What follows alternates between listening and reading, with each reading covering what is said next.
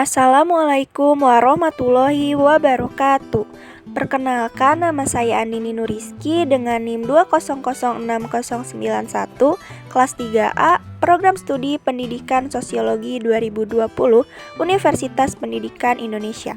Video ini merupakan tugas UTS mata kuliah Pengelolaan Pendidikan dengan dosen pengampu yang terhormat Bapak Asep Sudarsyah, MPD. Di kesempatan kali ini saya akan membahas mengenai dua topik. Topik yang pertama yaitu mengenai pengertian manajemen peserta didik. Manajemen peserta didik dapat diartikan sebagai usaha pengaturan terhadap peserta didik, mulai dari peserta didik tersebut masuk sekolah sampai dengan mereka lulus sekolah.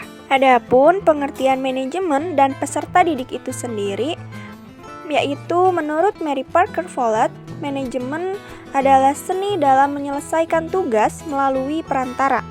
Sedangkan Samsul Nizar menjelaskan bahwa peserta didik merupakan orang yang dikembangkan.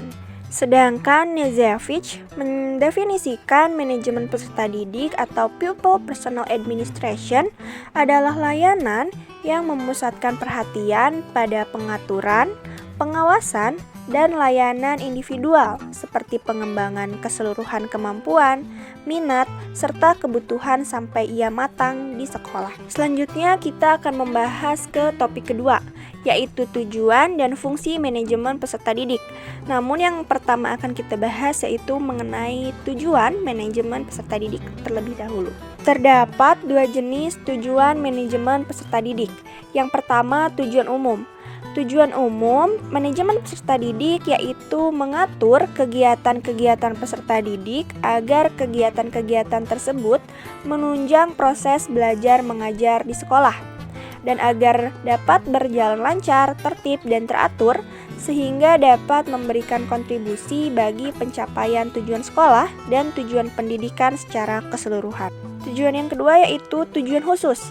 Nah, tujuan khusus ini terdapat 4 tujuan.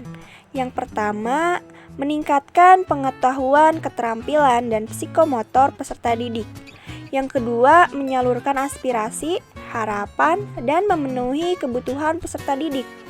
Yang ketiga, menyalurkan dan mengembangkan kemampuan umum, yaitu kecerdasan, bakat, dan minat peserta didik. Terakhir, tercapainya kebahagiaan dan kesejahteraan hidup yang lebih lanjut dalam belajar dan tercapainya cita-cita mereka. Selanjutnya kita akan membahas pembahasan kedua dalam topik ini, yaitu mengenai fungsi manajemen peserta didik.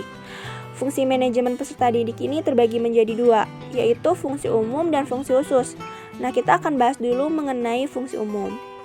Fungsi umum manajemen peserta didik yaitu sebagai wahana bagi peserta didik untuk mengembangkan diri seoptimal mungkin, baik yang berkenaan dengan segi-segi individualitasnya, segi sosialnya, segi aspirasinya, segi kebutuhannya, dan segi-segi potensi peserta didik lainnya. Fungsi yang kedua yaitu fungsi khusus. Nah, dalam fungsi khusus ini terdapat 4 fungsi keterkaitan dalam pengembangan peserta didik. Yang pertama, mengenai pengembangan individualitas. Berfungsi agar peserta didik dapat mengembangkan potensi-potensi individualitasnya tanpa banyak terhambat, dan potensi-potensi bawaan tersebut meliputi kemampuan umum yaitu kecerdasan, kemampuan khusus yaitu bakat, dan kemampuan lainnya. Selanjutnya, fungsi khusus yang kedua yaitu pengembangan fungsi sosial. Berfungsi agar peserta didik dapat mengadakan sosialisasi dengan sebayanya, dengan orang tua dan keluarganya, dengan lingkungan sosial sekolahnya, serta lingkungan sosial masyarakatnya.